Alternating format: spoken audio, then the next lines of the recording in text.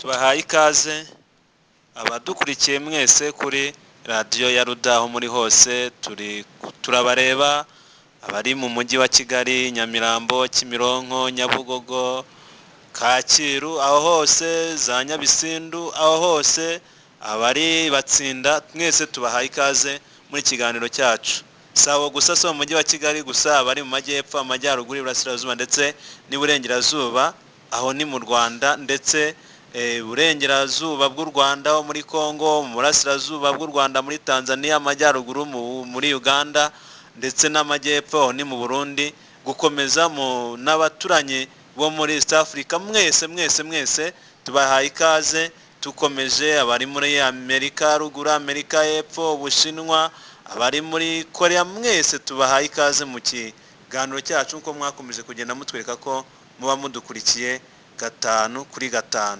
Iyo nta yindi rero ni radiyo yanyu, ni radiyo yacu, ni radiyo nziza, radiyo ya Ruda. Tubabwira ko mu minsi mikeya televiziyo ya Ruda iraba imaze kugera hano mu Rwanda, kuko hari gutegurwa kubakwa inyubako yayo igomba kuba irimo, izaba ari ibiro bikomeye cyane bya Ruda, niho bizaba biri, aho nta handi bizubakwa ni Kanombe, ndetse ba mukerarugendo bajya baza kuhasura. Ushaka wese arabyemere kuza kuzireba aho hantu hagiye kubakwa inzu izaba irimo ibiro bya Ruda, irimo televiziyo ndetse n'andi mabiro mazaba atandukanye. Izaba ari inzu rero kataraboneka, mwese murabyumva. Kubakurikira ku mbuga muzabona mu minsi mike igishushanyo cy'iyo nzu nyubako uko izaba iteye. Kuri Google Plus mwabonaho iki gishushanyo cy'iyo nyubako. Rero tubahaye ikaze, tubashimira uburyo mutugaragariza ibitekerezo byanyu, mutubwira ko muri kutwumva, mudushimira perezida wacu, perezida wanyu, perezida wa Afurika. Ni perezida ukomeye cyane, ni perezida w'akatangaza, ufite ubwenge buhanitse, ubuhanga buhanitse. Muri we ntago nabona uko musobanura, keretse Imana yamuremye n'imuzi wenyine, n'izi uburyo yamuremyemo, kuko ntago ndabona undi muntu umeze nkawe muri kino gihugu n'ahandi hantu nashoboye kugenda. Icyambere kwicisha bugufi kwe, kwihangana kwe ubwabyo byagutera kwibaza ese uyu muntu ni muntu ki. Ngira ngo mu kiganiro cy'ubushize yababwiye uburyo yanyuze mu bihe bikomeye, mu nzu z'imbohe, akarenganywa, akababazwa, ariko ntago turabona arakaye n'umunsi n'umwe, ngo tubona afite agahinda k'ibyamukorewe, ahubwo buri gihe ubona ari umuntu ufite morale, ndetse ubwe akavuga ko uwamuhemukiye atashaka kumwitura. Ngira ngo uwo mutima niwe mutima ugomba kuranga abantu, ugomba kuranga abanyarwanda, kutihorera, kuko Imana ari izihorera umuntu wese ibikorwa bye bibi akora. Si uko adafite imbaraga, si uko adafite tekinike nyinshi, ko ni umuhanga, ariko arihangana kandi agira imbabazi. Tugarutse mu kiganiro cyacu rero kugira ngo turebere hamwe ku bibazo bigenda biba hirya no hino mu Rwanda, namwe murebesha amaso, cyane ko bamwe bagenda babitwandikira buri munsi, batubwaye se ko tubona abantu basenyerwa amazu, umuntu ku butaka yiguriye bimeze bite.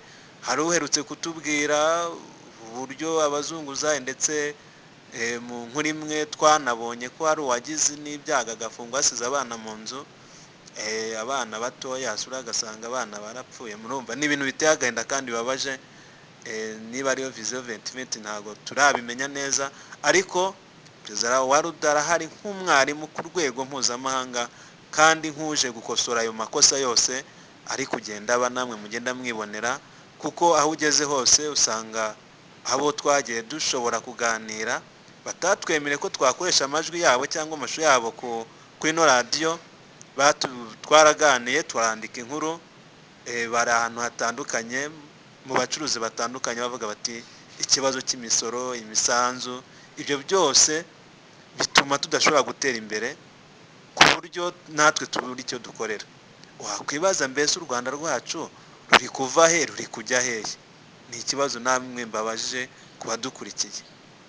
Bamwe bati ubutunzi bw'igihugu ntago tuzi ikibazo gihari gituma leta isaba ibirengeje ibyo abaturage bafite, ariko ibyo nibyo byatumye umuntu w'umuhanga utarahanzweho abikorera icyegeranyo, arabisesengura, arabicukumbura, ahitamo guhita yandika igitabo cy'impamvu 200, aravuga ati ngomba gukuraho imisoro ku muntu udafite ubwo bushobozi bwa miliyoni 6. Aho rero kikaba igisubizo kuri ba bandi bari bambaje bati bizagenda gute, bizahereza hehe? Nke kwiheba, kuko ibisubizo birahari. Inzira byagombaga gucamo yari y'amatora, mwarabyiboneye, ariko bamwe gutinya inyungu zabo ko zahomba muri icyo kibazo, bahitamo kumuheza inyuma. Mwese mwarabibonye, nibwo yaberuriye arababwira ati kuri radiyo imwe, arababwira ati uretse kuba mumpombye namwe muzihombanye. Ibyo mwarabyiyumviye, iryo jambo ritangaje kuri radiyo imwe nashatse kuvuga. Rero ku kindi kibazo gihari ku rubanda rugufi yarukora turimo duciritse nko kuzunguza, tukunda kwita abazunguzayi, ariko ni imvugo twabise, nta bacuruzi nk'abandi bose, kuko ashora amafaranga ye akarangura agashakisha uburyo yabaho. Uriya muntu ni umucuruzi nk'abandi, ahubwo ni umucuruzi wo ku rwego rwo hejuru, kuko afasha umucuruzi ufite butike akabishyira umuguzi. Babise rero iryo zina ry'abazunguzayi. Abantu bagiye bahuramo ingorane zikomeye, bamwe bagafungwa ngo twagiye tubivuga, abandi bakahatakariza n'ubuzima, kuko niba yirutse agakubitana n'imodoka byanze bikunzira mugonga agapfa. Nta mpozamari uwo muryango uhabwa, ahubwo birangira gutyo. Nka perezida wa RUDA rero twamutumiye mu kiganiro cyacu, ese abo bantu bafite akababaro gakomeye, sibye ko atari abo gusa, ni ku mpande nyinshi zitandukanye. Ntago twifuza u Rwanda rwuzuyemo ibibazo, turashaka u Rwanda rufite ibisubizo amahanga aza kureba. Abantu bagaturuka mu Burayi, bagaturuka mu Bwongereza, bakavuga tugiye mu Rwanda, mu gihugu gifite demokarasi nyayo, be kuza ndetse mwabonye ko bagira bakavuga bati he kuzaza haboneka abantu bagenda basuhuza abazungu batabasaba. Icyo ni ikibazo gikomeye, twakagombye kwishimira abazungu bakatwigisha izo ndimi, ariko abo bantu bigizwayo. Perezida rero wa RUDA afite n'icyo gitabo cy'impamvu 200 ndakibatuye muzagisome, harimo ibyo bisubizo. Nubwo wenda kugeza umunsi wa none tutaratangira kubibona, ariko mwe muri tayari ko mu gihe gitoya, yenda atari butangaze kuko igihe cyose kiba kizwi n'Imana yonyine, niyo ibifite mu biganza byayo, mu minsi mike mushobora kubona perezida wa RUDA asesekara kuri tere, ari n'ibisubizo by'ibibazo byanyu byose, kandi si u Rwanda gusa, na Afurika ndetse n'isi yose ikaboneraho, kuko ibiri hano mu Rwanda si hano gusa bigarukira, no mu bindi bihugu akarengane karahari. Reka rero tumuha akanya mu busobanuro bwe, mu busesenguzi bwe agiye kudukorera, atanga ibisubizo bitandukanye ku kintu agiye gukorera ku bacuruzi batoya, ingamba bafitiye, ndetse n'indi mirimo myinshi yenda guhanga kugira ngo urubyiruko nabwo rwarwo ruve mu bukene. Kugira ngo mubashobe kumukurikira, mwagiye mwumva uburyo afite gahunda yo gukora ibiyaga byinshi mu gihugu, amato akiyongera, imihanda mu kirere, ibyo mwagiye mubyiyumvira. Reka garuke abasobanura neza buri mpamvu yose igomba kugira ngo urubyiruko rubone imirimo. Umwanya ni wawe Perezida Barafinda, sobanure urubyiruko, usobanura abakuze, ubagarura icyizere cy'uko u Rwanda rutagomba kuba u Rwanda rw'ibibazo, ubwo rugomba kuba u Rwanda rw'ibisubizo, nk'uko rwahoze mu gihe cya kera, nk'uko abanyarwanda babanaga bagakundana bagashyingirana, ariko rugomba kongera kumera. Ni umwanya n'uwawe. Murakoze cyane rwose kuri iri jambo mu mpaye. Abagize u Rwanda bakarugira urwandiko, abahanga n'abatari abahanga basoma ntibaheze. Nge perezida wa RUDA naraje ndavuka ndivukira, nararusomye noneho ndaruheza ngeza ku kadomo ka nyuma. Nararusesenguye ntaruseshereze, noneho ndusesenguye nsanga mu majyaruguru hari akarengane k'ibihekane, iburasirazuba naho nuko, iburengerazuba bararenganye, amajyepfo nabo bari mu karengane k'ibihekane. Rwose hagati mu murwa sinakubwira, abantu bahora bose batakamba, kandi noneho aba batera ku karengane k'ibihekane ntibari tayari kugahagarika, kubera agatoki kamenyereye gukomba gahora gahinnye. Uwamenyereye kurenganya nawe aba afite ubunararibonye bwo kurenganya, ntarekeraho kuko abikora kimwuga kiwe, usibye ko uwo mwuga ari mubi sinawutura abanyarwanda n'abanyafurika. kuko kaba ari akarengane k'ibihekane. Imana yazana guhana ikagupyaturamo capati, nta nubwo yazigaburira abashonje, ahubwo yazijyana mu itanura, mu kirunga kirimo guturika rwose, mu muriro w'amazuku, bigasha bigakongoka, kuko ni bibi koko. Noneho intego zacu twabaruda ni ukuvuga abatemberezi, abo ba vendazi, ni ukuvuga abantu bacururiza ahantu batembereza ibyabo, cyangwa ku mbaraza, kuri street, ku mihanda hose, mu makaritsiye, bagomba gusigasirwa. Twe abaruda tubona ko aba ari bo bafasha ubucuruzi kugira ngo bwihutishe imari mvaruganda, mvamirima, noneho ugasanga iterambere ribaye rya bose, apana kuri bamwe. Bityo rero twe tuzemerera abantu bose tubaha amakarita yo gukora imirimo yabo ibaranga, baba abacuruzi b'abatemberezi, bajye bagira n'ibisurubeti byabo by'akazi n'inomero zibaranga kuri ayo makarita, bazengurukana imari zabo, kuko ni mu rwego rwo kwegereza abakiriya imari, no kwegereza abaturage ubuyobozi n'imiyoborere myiza iyobora abantu n'ibintu byabo. Bityo rero tukavuga tuti iyo niyo tuzanye decentralization, aho kuba centralization mu kandi gakoryo.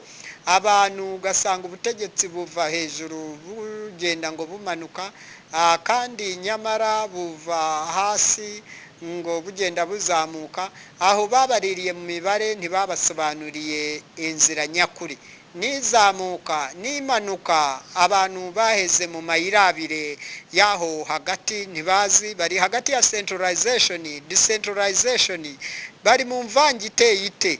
Ibyo ko byaje kuba agatogo, akajagari, akatogo kabi cyane, ntibazi n'uwakatogosheje uwo ari we.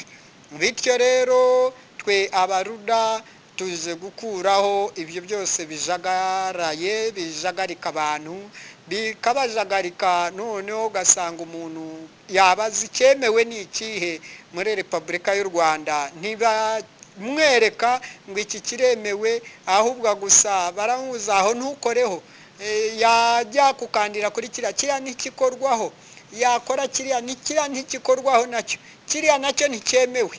Wakora wacuruza agataro ngo ako ntikemewe, watembereza cyaguwa ngo iyo ntiyemewe, wacuruza imyenda y'imvaruganda myiza itari cyaguwa ngo iyo nayo ntiyemewe. Noneho wakora bishoboka byose ushobore kuvuga ngo ushinge ka butike muri karitsiye, bakakubwira ko nako ntikemewe, kuko ngo urahita usora kandi wenda ayo gusora ntayo ufite. Ngo ibyo bireke, ngo genda ufate inzu y'ubucuruzi y'amakoperative. Ibyo byose kandi umuturage nta bushobozi bwo gusora, asorera amakoperative afite. Bityo rero ibyo byose ntafite ubushobozi bwo gucururiza amakaritsiye Matewusa amazu aho bayasoresha umwaka wose kandi mu madolari. Ureba nko muri godawuni hariya mu mujyi, ninde mukene wahahangara? Ntibyashoboka. Reba ziriya nzu bubaka ngo ni amakadasitiri, ayo yose nta muntu wayahangara w'umuturage w'umunyarwanda keretse abanyamahanga. Abantu barakennye, kandi utarakennye ufite ubushobozi yiyubakiye cyangwa yiyubakiriye. Bityo rero abashoboye babashiriraho igishushanyo mbonera. None abo bafite ubushobozi urumva bishyiriyeho igishushanyo mbonera bakurikije ko amikoro bayafite.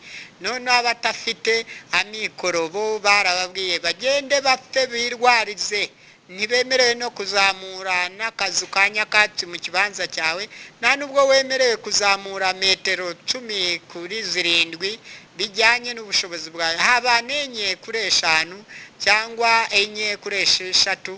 Ibyo byose nta cyemewe kirimo. Yubabazi icyemewe ku mukene ni ikihe? Ngo birumvikana uwo n'inzererezi, mumufate n'umusazi mumujyane kwa Gakinya, bityo rero ariko kubera batashiramo kuyoka iyo bamujyanye kwa Gakinya n'ubundi arya ya misoro y'aba bandi basoze noneho na ya mishahara y'abakozi babo ejo n'ejo bundi bakavaho bazayibura bagatangira bakifata abakire ngo muri gucuruza bitemewe ngo ni mukorogo kumbe babashakamo amafaranga nta kindi bakabakanga ngo ibi ntimucuruza ntibyemewe byica abantu kandi nyamara barabisoresheje ku mipaka ubwo byinjiraga iyo bayita double taxation none no guhombya abantu babigambiriye kugira ngo babahombye baba bakene bajye mu cyiciro cya mbere ubundi babayobora imyaka myinshi ngo kuko bababwiye abatagira inzara zo kwishima ntawe bashima kuko nabo ntibishima usibye ko bashimaguza usibye ko banashimagiza bashima gusa ntibagire icyo banenga kabuze niyo baba bafite imitwaro y'inenge zibaryamiye ibumoso n'iburyo n'inda n'umugongo bibagoye ariko ibyo byose babisitaraho bakabyitura hejuru bikabajomba basabwa bategekwa kubyihanganira ngo abategetsi babeho noneho ngo ibisamaki binini biryo dusamaki duto ninde wabibabwiye ko imana itabarya mwabakire ko isamaki nini kuki none imana itabahohotera kuki abamarayika bataza ngo babahohotere mwabategetsi ko nta mukuru utagira mukuru we imana muyiri hejuru murayitegeka se kuki yo itegeka kuki itaza ngo ibahohotere kuki Yesu atabahohotera kuki Nabi Muhammad atabahohotera kuki Buddha atabahohoteye kuki perezida wa Ruda atabahohotera kandi afite abayoboke miliyoni 10,200 n'umusago n'abandi banyarwanda baracyaza kwiyandikisha muri Ruda kuki mutafata ingero nziza nk'izo rwose mukavamo abayobozi beza aho kuvamo abategetsi bategeka bagashaka no gutegeka amabuye ngo agende kandi batabishobora ibyo byose mwipasa miremire muribesha abantu barabayoka bigira abarezi kandi ari abarezi bagaca bugufi nk'ikabutura mukabibeshaho ariko bo ntibabibeshaho barabazi barabayoka kuko nimba umubuza kwihingira mu karima ke ngo ibyo ntibyemewe guhingamo iki n'iki ngo mutegeke guhingamo ikitari bwere cyatari bubonera isoko nikimara no kwera ntumuhe iryo soko ry'icyo kintu bimugurire uba wumva atari we wamushoye wamutegetsi we ibyo gutegeka byihore kuko ntabwo ari ibihangano byawe bisigira abayobozi bayobora neza bayoborana umutima w'impuhwe w'Imana bakomora kuri Yesu Kristo na Nabi Muhammad na Buddha naho Imana wowe zagupyatura mu itanura uzabyumva kera kuko ubu ngubu urakidegembya nta makuru ufite umunsi uzayamenyera muri laboratwari naho umuruda mbaye mbikubwiye kandi mbaye nkuburiye nyamwanga kumva ntiyanze no kubona rwose murangwe no kureka imico mibi ingeso mbi muhadukire mukore ibyiza kuko bihari ntawabibabujije nubwo mwe mubibuza abashaka gukora bicururiza agataro mukabafata ibintu byacuruza ku gataro mukabitwara kandi muri abakire bikajya kubatunga mu ngo zanyu noneho umukene we agasiga abana bakingiranye mu nzu bakicwa n'inzara umukene mwamujyanye kumufunga abana bakaba bapfira muri iyo nzu urugero ku Gisozi hari abana bapfiriyemo 3 ibyo byose turabizi turabyibuka ntimugire ngo amateka yarazimangatanye ibyo birahari uwo yari umuzunguzaye wapfuye atyo undi yiciwe Nyabugogo n'abandi bose turabizi hirya no hino mu gihugu mu turere hirya no hino abantu bagira ngo ntabyo tubona babona tutabivuga bakagira ngo ntabyo tuzi turabizi bityo rero icyo tuzi cyo Imana izakora umuti abo babica nabo ubwabo amaraso n'abarenga bazatangira kwicana bahigane noneho nimuhigana muzavuga ibyanyu mubidusobanurire neza bityo rero twe tubwira abanyarwanda bakuze n'abakiri bato mugire neza mwikomereze ineza muzakora musize inyuma muzayisanga imbere bategereze nugira nabi uzasanga inabi yawe gutegereza imbere mwikorosi kandi ntabwo uzarirenga, izakunyweza. Bityo rero abantu bose b'ubutaro, abantu ba Cyaguha mwese murangwe no kwihangana. Twe turaje, izo zose ni impamvu za politike, twe tuzanye impamvu z'ubukungu. Mwe muzakora mufasha abanyenganda n'abacuruzi bakuru bariya baranguza kujya kubagurira ibintu byabo, mukabitembereza, mukabimanura ku bakiriya, mukabizamura ku bakiriya aho bari hose mu ngo zabo, kuri tere. None icyo nicyo bita decentralization, kwegereza abaturage ibikorwa remezo n'ubuyobozi n'ibindi byose serivisi bifuza. Noneho kandi mukabibagurisha kuri make, none ibyo bakabafuhira ngo mugurisha kuri make, ntimuhenda nka bariya ba nyiri maduka b'abategetsi. Bityo rero ugasanga umutegetsi yashaka mwe mubura ubwenge, mureke kwicururiza, mwicaraho mwicwe n'inzara, babeshere ngo ni mwe mubiba. None nibakora iperereza bafata abakene bose, babita inzererezi, babajyane babafunge, noneho babicira amateka yanyu n'abana banyu babigambiriye. Naho Imana nibigambirira ntabwo bazayicika, nta naho bazahungira. Rwose Imana izabanyweza, ibanyweze, bazataka batakambira Imana itagifite ubushake bwo kubumva. Nta n'umunyarwanda uzabumva, usibye twabaruda tuvuga tuti nitumara kurahira tuzasenya amagereza yose, tubohore abo bantu bose bafungiwemo b'udutaro ba Cyaguha, abo bantu bitemberereza gutuntu twabo bagafungwa, bose tuzabarekura tujye kurahira bose bari muri stade. Bityo rero abantu bose bafungiwe amaduka bakabahombya bakabahombanya, turaze tubahombanure. Rwose murangwe no kwihangana. Abo babeshera ngo bacuruza mukorogo kandi batazikora, batagira inganda zizikora, abo bakaza kukubama hejuru nk'aho uri umunyacyaha, bakaba ari we bafata bakagufunga bagukangakanga kuko tuza by'amategeko, kugira ngo ukunde utakambe ubatakambire, ubahe amamiliyoni yawe ubitse wacuruje se. Noneho ngo bakunde bakureke, ngo wibwire ko bakubabariye, bakwereke ko bakubabariye, kandi nyamara bakwibikiye ejo bazaza nanone bakavuga nta matara ufite hejuru y'umuryango wawe. Ubwo naho bakakwaka miliyoni 5. Ejo bakaza akavuga noneho iduka ryawe imbere y'umuryango ku bikuta ntihasize irangi iri n'iri, nabyo baguhemukire, baguca amafaranga menshi. Baze bavuge noneho dusanze rwose ibishingwe biri hano imbere yawe, kandi noneho tuguciye amafaranga, bakukuremo amafaranga. Baze nanone basange ngo ufitiye amarondo imyenda iyi n'iyi, ngo noneho tuguciye amanda ya naya, turagufunze. Kandi nyamara waba mbahaye ay'umutekano yanjye, nk'ibyo ibintu byanjye murabindiha, mwabindiha se? Ugasanga nta na kimwe bakuriha.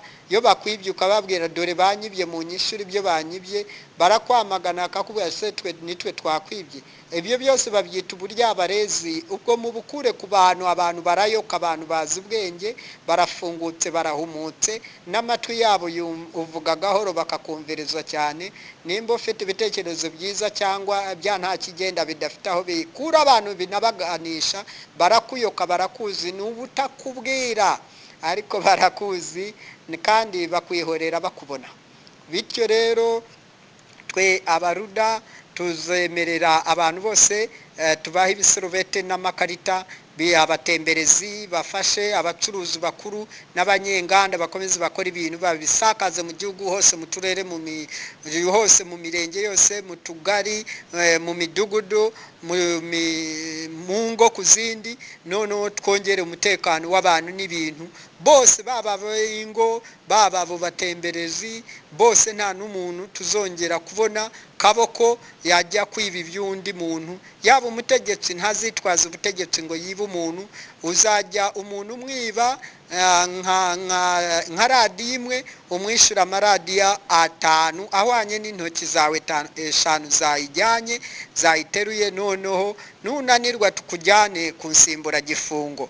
Nta gereza zizaba zihari mu baruda, gereza tuzazihinduramo amashuri, amavuriro n'amasoko, abantu bashinga imishinga batera imbere, ubukungu butera imbere bwaguke kandi ku muvuduko, inganda zirusheho gukora neza n'amaduka acuruze, ibintu bigende. Noneho abadafite igishoro cya miliyoni 6 tubakurireho imisoro, bakore bakwakwanyira iryo tegeko rizarengera urubyiruko bakomojeho haruguru hariya, n'abasaza n'abakecuru. Noneho abasaza bafite imyaka 50 buzuza imyaka 50 tubakurireho imisoro, bakore ibyo bashoboye byose bishongonoka mu bwenge bwabo, biturutse mu bwenge bwabo, bahangare, bahangire abakiri bato imirimo nabo bihangira, noneho bahangira amasoko y'ubukungu, bahangira igihugu cyababyaye u Rwanda. Noneho ibintu bibe byinshi, none ibiciro bibe bigabanyuke, none n'abakene bashobore kwihahira, none n'ifaranga ry'igihugu rigira agaciro imbere mu gihugu no ku rwego mvunja amafaranga mpuzamahanga. None uzasange u Rwanda amafaranga ari amadolari yaba yagize agaciro kubera perezida wa Ruda n'abaruda bose basobanukiwe, bakora umuti w'igifute ugangahura ubukungu buva mu gikombe bujya ku gasozi ndatwa ukagira ngo ni Karisimbi. Bityo rero ubukungu buzatumbagira mu Rwanda, n'ubukene n'abakene. Ibyo by'ibyiciro bya mbere n'ibya kabiri tuzabikuraho. Twe munyarwanda uwo ari we wese angana n'undi imbere y'amategeko y'abaruda. Umunyarwanda azajya avurwa haba imbere mu gihugu no ku rwego mpuzamahanga, hose afite uburenganzira bungana na bwa mugenzi we kwivuza indwara iyo ari yo yose. Apana ngo izi zivurwa aha muri mituweli, izi ntizivurwa aha. Buri muntu wese azaba avurwa mu bwisungane bw'umuti umwe, bingana mu buvuzi bungana. Noneho bitewe n'indwara muganga yakwandikiye n'imiti ugenda uyifata nta kukuvangura ngo ibi ni byaha ngaha, ngo ibi babitanga aha. Ubuvuzi buzaba ari bumwe kuri bose, nta vangura iryo ari ryose ryitwaje ibyiciro, kuko ibyo byiciro dusanga ari ivangura ry'imonogoje. Abari mu cyiciro cya mbere n'icya kabiri n'icya gatatu bababwire mujye kwigurira imiti muri farumasi kandi baratanze ay'ubwisungane. Ubwo bwisungane akamaro kabwo ni akahe?